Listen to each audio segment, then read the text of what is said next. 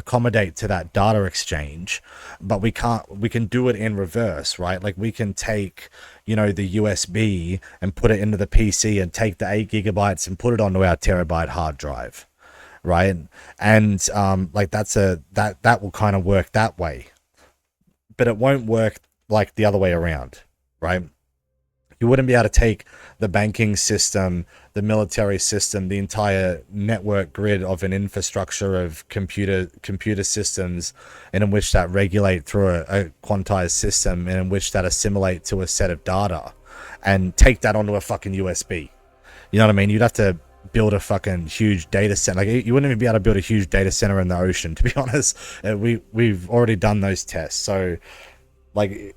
That's why it becomes, thinkable, because if we can do that and we can quantize a data set, and in which that used to require like Axil and Python and, specialized people over years of training and teams to make millions of sheets of data to tell this thing to turn fucking left. Now we have this system in which that we have a chip or a processor the size of a normal GPU, right? And in which it does the work of 700 GPUs, but it's self-taught with AI. It just knows to turn left. What can we add to that now, right? Like that, those questions are things like that. All right, we incorporated a 3-qubit system into a PC system on a function by I-30.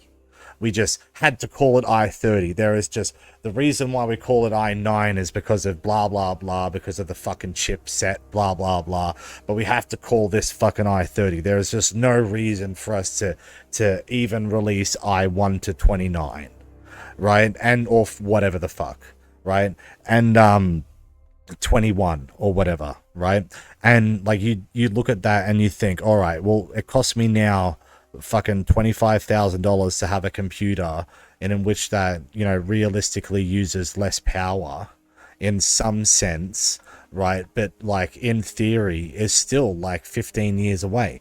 Like if we look about like how we had like PC systems that were worth $2,000 5 years ago, and they would break in lightning, you fucking bumped it, they destroyed, right? Like you fucking had to defrag them manually, right? Like you had to do all these fuck around things. Like you had to install each individual driver simultaneously, configure a BIOS and a temperature setting. You had to change all of these fucking GPU settings, this big fucking thing.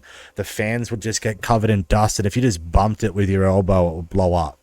And the thing was that like there was a lot of countries in the world that were like, yeah, all right, investing on this entire facilitation thing,